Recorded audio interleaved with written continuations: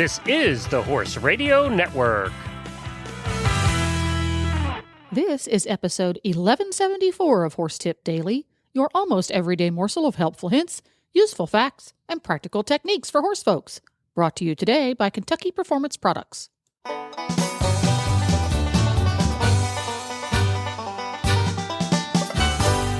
Greetings, horse people. Coach Jen here, and thanks for tuning in to Horse Tip Daily.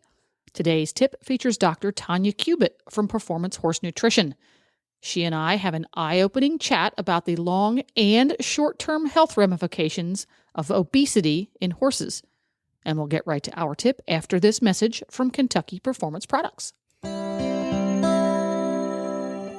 This Nutrition Minute is brought to you by Kentucky Performance Products, the company that simplifies your search for research-proven nutritional supplements at kppusa.com.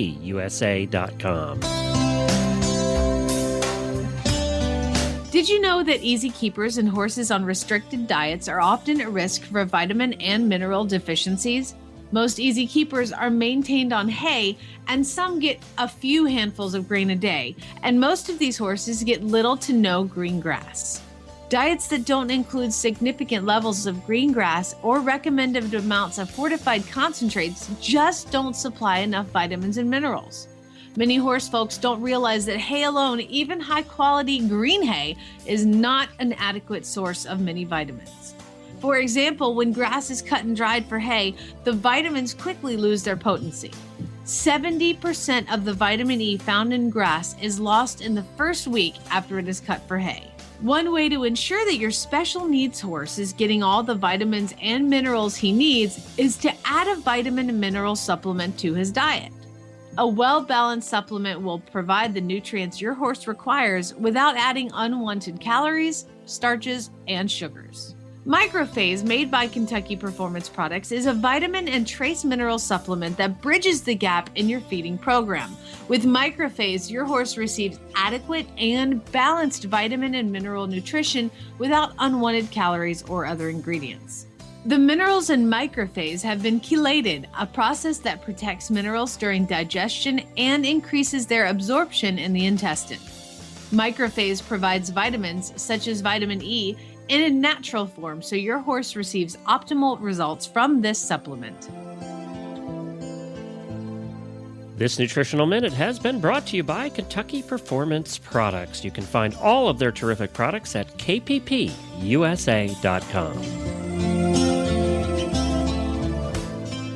And I'm so happy to welcome back to the show Dr. Tanya Cubitt from Performance Horse Nutrition.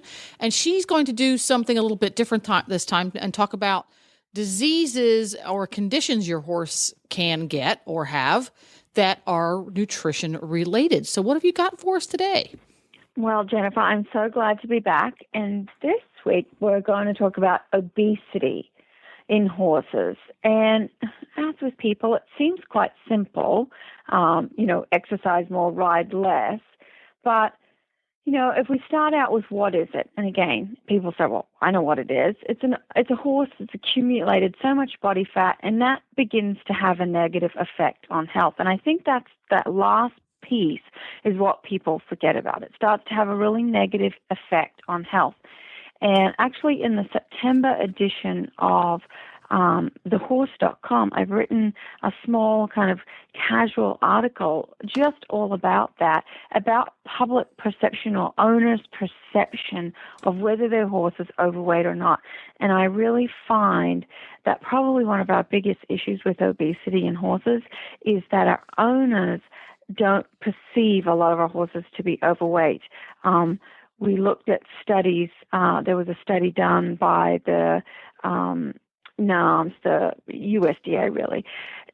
What it did, it took the owners of the horses and did a survey and asked them how heavy their horse was on the body condition scoring system. And I think 3% of people reported their horse to be obese. But when we had veterinarians or nutritionists do the same thing, it was more like 50, 60, 70% of horses are actually obese. So, yes, it's really, really important that we become familiar with the body condition scoring system, the 1 to 9 scale, 1 being emaciated, 9 being grossly overweight, a 5 or a 6 being ideal. Go online. You can search for the body condition scoring system and actually look at pictures and then go out and see if you can assign a more accurate score to your horse based on the actual pictures you've seen, or have somebody else that maybe is a little bit more distant, not as connected, maybe not as biased about your horse as you may be. But it's really, really important because obesity, it has a lot of devastating effects, number of potentially negative effects, including increased stress on the heart and lungs, greater risk for laminitis, which we'll talk about in our next episode, risk for developmental orthopedic disease, so young horses that are overweight, bone and joint issues, and even young horses that have come from mothers that were overweight. She can put that onto those foals as kind of a genetic issue. Growing horses, there's just a lot more strain on the joints and limbs. It can worsen the symptoms of arthritis in older horses. You think about performance horses that are overweight, they have a less ability to cool off and decrease their body temperature. Fat buildup around key organs interferes with normal functions. We've seen lots of studies looking at reproductive efficiency. And way back in the old days, we used to say, oh, the fatter the better.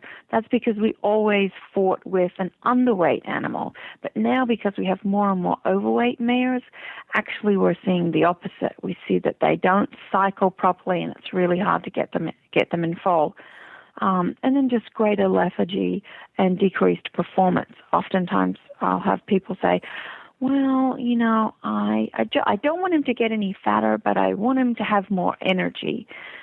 He's already kind of overweight. Well, I know myself, when I'm a little bit overweight, I am very lethargic. So getting yourself in better fitness, physical fitness, and in shape gives you back that energy. So interesting. I could go on and on about the symptoms. So it's kind of like we've taken the marketing message that humans get via commercials, where everything requires either the consumption of a supplement or pill or a food product. You want more energy, you take a supplement or you eat a certain type of food. We've transferred that to our horses, where somebody has a horse who's maybe not as zippy in the show ring as they want them to be. They're a barrel racer, or they have a horse who does some competitive class. They think the answer might be in some food product and feeding them more, but they go, oh, well, we don't want them to get any weight, any heavier, so we don't want to feed them more, when in fact the problem might be closely related to the fact that they're getting sufficient calories and carrying too much weight from those calories, and maybe a better fitness program and a thorough look at the nutrition level of that food that they're eating is more in order. Absolutely, absolutely. You hit the nail on the head there. We as humans always want to find the magic pill, and unlike other livestock species, dairy cows, chickens, pigs, we seem to take a lot of what we learn in human nutrition and we try and put it on our horses, and it doesn't always translate. But some of the bad things in human nutrition we do as well. So we try to make it quick. Everything's got to be quick.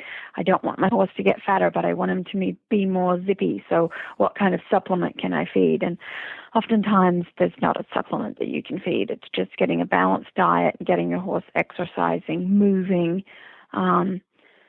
So find ways to make old Thunder move more. Yeah, I usually say, people say, well, I work a lot and I don't have time to ride.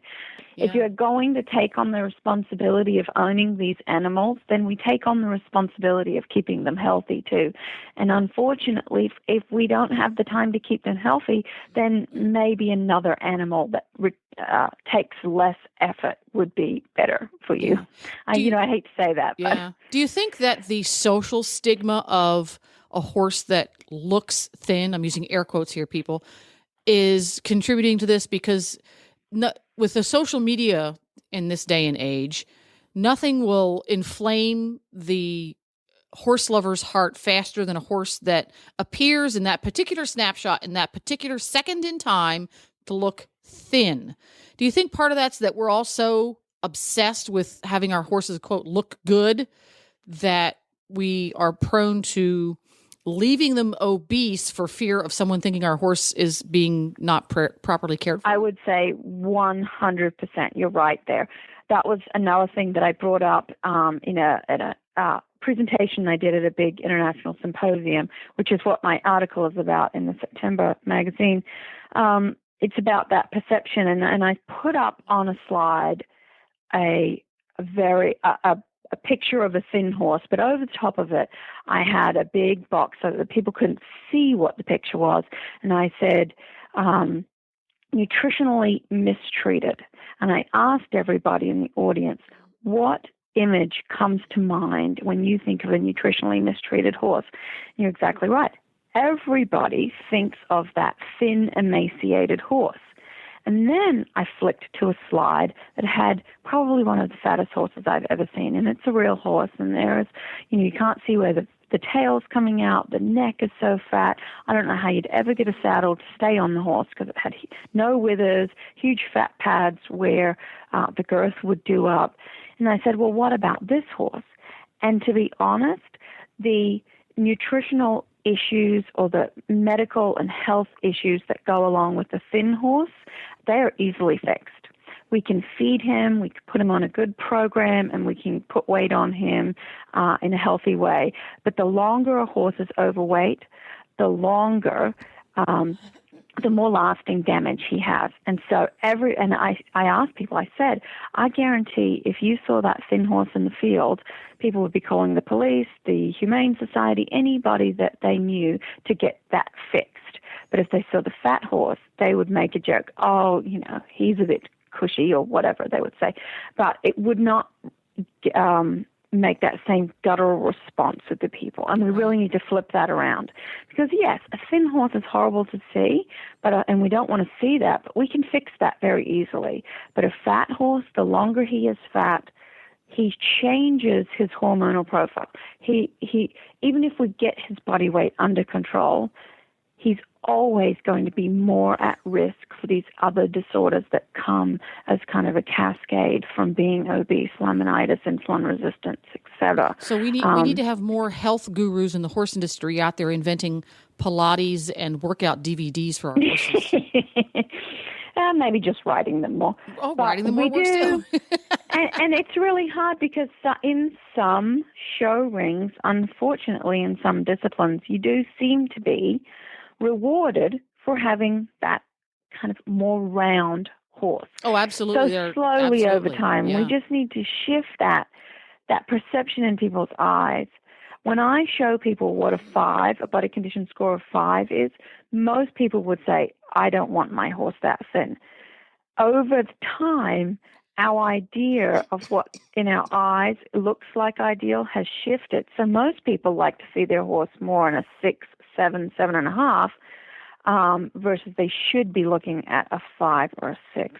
Can't just stop feeding them food because they're too fat. You need to do the exercise part, and that's what you do. And you still need to make sure they're getting vitamins and minerals and the nutrition they need. Just because they're overweight, still doesn't mean that we can feed them nothing. We still need to find a product that works well for them. And with nutritionists easily available, for example, you folks at Performance Horse Nutrition, giant feed companies have nutritionists that are available. There's endless amounts of good quality information in publications as well as reputable websites. There's no reason you can't figure out the nutritional profile part. I think really in this day and age, at least in the United States, I don't know about the rest of the world, figuring out the exercise part of the equation is so much harder for us, and we just need to put a little more effort into it. Yeah, just try a little harder. And I know sometimes people get a little nervous. I know I work with a lot of feed companies, and I'll work on their behalf with clients, but sometimes the comment that I get is, I'm not sure if I'm getting an unbiased opinion. So if you're unsure that way, then certainly go to a private nutrition consulting firm if you want to get an unbiased opinion about your horse and what may be available in your area to feed him. People can certainly help with that. Yeah. But the first thing that you can do is really get yourself familiar with the body condition scoring system. Go online, look at actual pictures, print them out if you have to, be familiar with the little guidelines that go with each score. So it may say for 5 that I can't, when I palpate, I don't really press really hard to feel the ribs. I can't see the ribs, but I'm not losing my hand to feel the ribs. Realize that every horse is different and they all lay down fat differently, especially between different breeds. A quarter horse isn't really going to lay down a lot of fat over their neck versus something like a pony. So make sure that you take the whole body into account and not just one particular area. As older horses age, they lose a little weight over their back, but their hindquarter and their neck may still be overweight. So make sure you're taking the whole thing into account. It's really critical when it comes to the feeding program of these horses that you make sure that you continue to give them plenty of forage. Forage is what horses are designed to survive on. They need it, and no matter whether we're trying to reduce their body weight or not, we need to make sure they get plenty of forage. So typically we recommend 1.5% of body weight to come from forage for a regular horse that's exercising and doesn't have any body weight issues. If I want to put him on a weight loss program, I don't like to go any less than, say, 1.1 or 1.2% of body weight. If you go less than that, then we run into issues with gastric ulcers or developing some stereotypic behaviors because they're angry because they're not getting fed enough. But really, we worry about those gastric ulcers. So on our average 1,000-pound horse, that works out to be still feeding them 11 or 12 pounds of forage a day. Usually we've taken these horses off pasture so that we can really monitor exactly how much they're eating. And then making sure, most of our grasses, most of our hays are going to be deficient still in selenium, copper, zinc. So adding what I would call a ration balancer pellet. It's the Jenny Craig pellet. It's 1 pound a day for your 1,000-pound horse. He still feels like he's eating something. You're giving him everything he needs. Steer clear of any additional high-fat supplements. Now, I've worked with clients that will say, well, I'm not giving him any fat supplements. Well, what other supplements are you feeding? Oh, I'm just giving him a coat conditioner. Coat conditioners are pretty much 100% fat because that's what makes a nice shiny coat. So make sure you critically evaluate any treats or supplements that you're feeding your horse. Try to cut all of those out and just stay basic for a while. Well, there we go. Get it down to the basics and get your horse down to the proper weight. Thank you very much, Dr. Tanya Cubitt. Where can folks find you? They can find me at performancehorsenutrition.com and call the number there and we'll get back to you. All right. Thank you much, and we'll see you again soon. Well, there you have it. You can find links to today's guests as well as lots more tips at horsetipdaily.com. This podcast was made possible through the generous support of Kentucky Performance Products and listeners like you. Learn how you can help support Horse Radio Network programming and qualify for auditors-only perks by going to horsetipdaily.com and clicking on the Become an Auditor banner in the center of the page. This is Coach Jen, and I'll be back soon with another tip. So until then, go ride your horse. The Horse Radio Network and the Horse Radio Network hosts are not responsible for statements of guests or their opinions. Use your own judgment when listening to the tips provided by the experts on Horse Tip Daily.